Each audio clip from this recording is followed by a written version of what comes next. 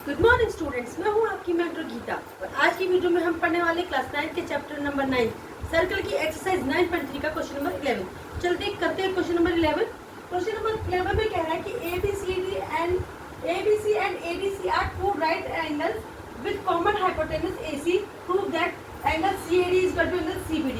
आपको दो ट्रायंगल दिए हैं, ट्रायंगल ABC और ट्रायंगल ADC, और वो कह रहा है कि इसकी जो है हाइपोटेनस जो है कॉमन है। ठीक है, कौन सी है? AC। तो आपको प्रूव करना है कि CAD बराबर किसके एंगल? CBD के। तो चलिए पहले हम ट्रायंगल बना लेते हैं। मैं सबसे पहले बनाती हूँ ट्रायंगल ABC। ये मैंने बनाया ट्रायंगल ABC और दूसरा ट्रायंगल है ADC, जिसकी कॉमन हाइपोटेनस है C। तो मैंने ये कर लिया, ये ठीक है, ABC एंड ADC। तो ये यहाँ से राइट एंगल है ABC और ये ADC, ये राइट एंगल है, और इनकी जो हाइपोटेनस है ये क्या है? कॉमन है। आपको प्रूव करना है कि एंगल CAD, ये वाला CAD किसके बराबर है? एंगल CBD के, CBD के बराबर है। यानी कि अगर मैं इसको यहाँ पे एक हाइपोटेनस और ले लूं तो ये CBD के बराबर है। तो चलिए सबसे पहले चूंकि हमें प्रूव करना है तो हम लिख लेते हैं कि हमें गिवन क्या है। तो हम लिखेंगे गिवन में, गिवन है सबसे पहली चीज हमें गिवन है कि triangle ABC and ADC are right angle triangle। क्या है? right angle triangle। दूसरी चीज हमें क्या दी है कि कॉमन हाइपोटेनस है क्या? AC, common hypotenuse AC। ठीक है, ये हो गया। अब हमें प्रूफ क्या करना है? तो हम लिखेंगे प्रूफ करना है हमें कि एंगल CAD बराबर है किसके? एंगल CBD के। ठीक है, तो चलिए हम प्रूफ करेंगे। अब सबसे पहले आप देखिए, आपको यहाँ पे एक कोऑर्डिनेटर दिख रहा होगा। क्या कोऑर्डिनेटर दिख रहा है? ABCD। ठीक है, लिखेंगे तो प्रूफ में लिखेंगे हम कोऑर्डिनेटर लेटरल ABCD। कौन सा है? ABCD। ये हमारे पास क्या है? कोऑर्डिनेटर है ABCD। देखिए कोऑर्डिनेटर है ABCD, इसका एंगल B भी क्या है? 90 डिग्री, और एंगल D भी क्या है? 90 डिग्री। हम लिखेंगे angle B equal to 90 degree और एंगल D भी क्या है? 90 डिग्री। एक हमने थ्योरम पढ़ी थी जिसके through angle B plus angle D यानी कि 90 प्लस 90 क्या हो रहा है आपका? 180 डिग्री। और थ्योरम क्या थी? क्या थी थ्योरम? कि एंगल सब्सटेंस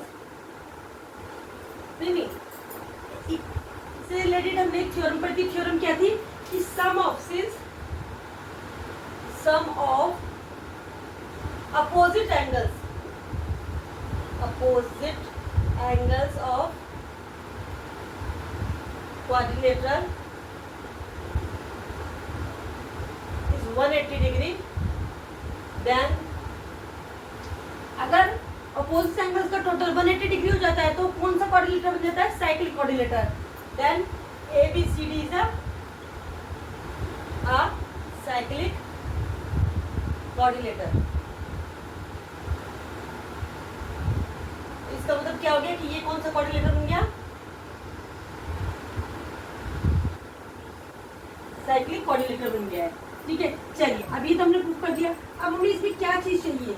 अब मैं पूरा नहीं लूंगी, सिर्फ इतना हिस्सा लूंगी। तो मुझे चाहिए एक सर्कल चाहिए यहाँ पे, ठीक है, और मुझे ये चाहिए। ठीक है,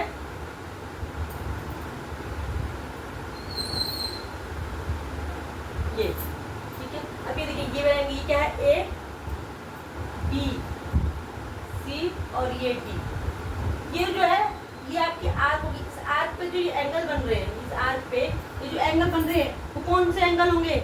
angles on the same segment. Angles on the same segments are equal. तो हम यहाँ पे क्या लिखेंगे? एंगल्स ऑन द, यहाँ पे लिखेंगे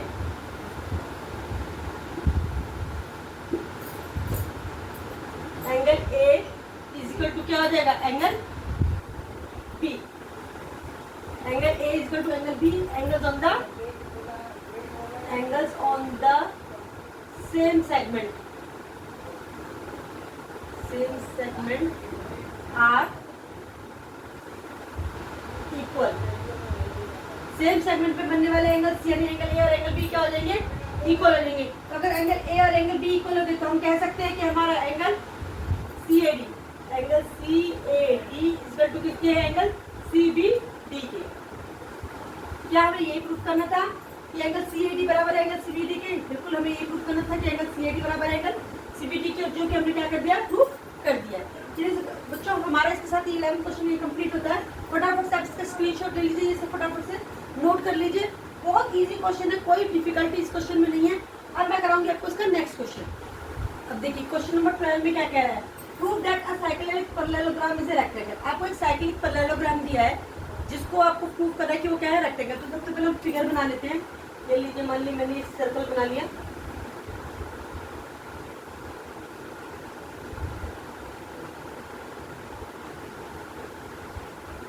ये आपका ए बी सी और ये डी।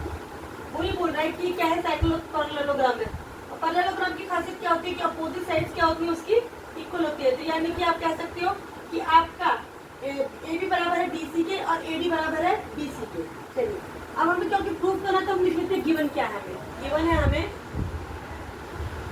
ए बी सी डी क्या है, एक cyclic parallelogram. A B C D is a cyclic parallelogram.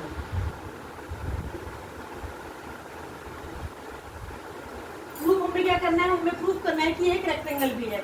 तो हम लिखेंगे to prove ABCD is a rectangle। ठीक है, अब हमें प्रूफ करना है कि एक रेक्टेंगल है। तो प्रूफ ले लेते हैं हम। क्या करेंगे इसमें, ABCD क्या है,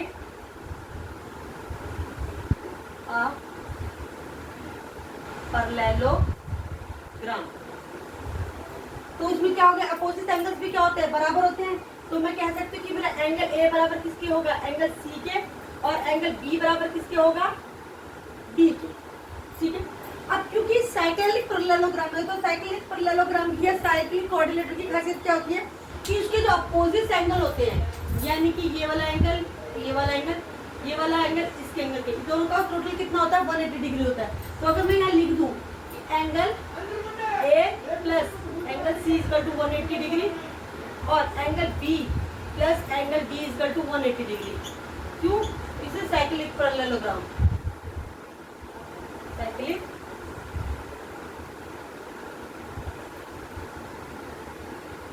पैरेललोग्राम दोनों में ही होगा। अब अगर हम लिख लेते हैं, अब ये देखिए मैंने लिखा एंगल ए और सी बराबर है। मैंने यहाँ पे प्रूफ किया कि एंगल बी किसके बराबर है, एंगल डी के। अगर मैं एंगल बी की जगह एंगल डी ले लूँ तो चलेगा, बिल्कुल, क्योंकि एंगल बी और एंगल डी हम क्या है, बराबर है। मैं लिख सकती हूँ एंगल बी की जगह लिख दूंगी मैं D, angle D plus angle D बराबर है 180 डिग्री। वन एंगल डी और वन एंगल डी क्या हो गया, 2 of angle D equal to 180 degree. Angle D कितना हो जाएगा, इस 2 को हम इस तरफ ले जाएंगे तो ये हो जाएगा 90 डिग्री। अब मैंने प्रूफ कर दिया कि मेरा एंगल डी क्या है, 90 डिग्री है। ये वाला एंगल मेरा 90 डिग्री है। और हम जानते हैं, हमने एक थ्योरम पढ़ी थी कि अगर किसी भी पैरेललोग्राम का कोई भी एक एंगल 90 डिग्री का हो तो पैरेललोग्राम क्या हो जाता है, कोऑर्डिनेट सॉरी रेक्टेंगल हो जाता है। तो हम लिखेंगे कि one of the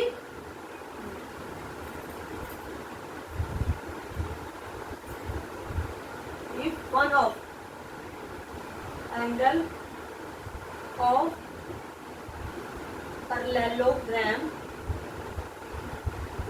is 90 degree, then ABCD is a rectangle। यानी कि अगर कोई भी एक एंगल 90 डिग्री का हो गया तो वो पैरेललोग्राम क्या कहलाएगा, आपका रेक्टेंगल कहलाएगा। तो हमने यहाँ प्रूफ कर दिया कि हमारा ABCD क्या है, एक रेक्टेंगल है। हैंस प्रूफ कि ABCD इज अ रेक्टेंगल। अब यहाँ लिख सकते हो हैंस प्रूफ, हैंस प्रूफ। चलिए इसी के साथ हमने ये वाला क्वेश्चन भी यहीं पे कंप्लीट कर लिया है। और इसी के साथ हमारी ये एक्सरसाइज पूरी तरीके से यहाँ खत्म होगी। नेक्स्ट वीडियो में मैं मिलूंगा आपको नेक्स्ट एक्सरसाइज के साथ। तब तक के लिए अगर आपको मेरी वीडियो अच्छी लगती है तो इसे लाइक करें, शेयर करें, सब्सक्राइब करना तो बिल्कुल भी ना भूलें। Bye bye.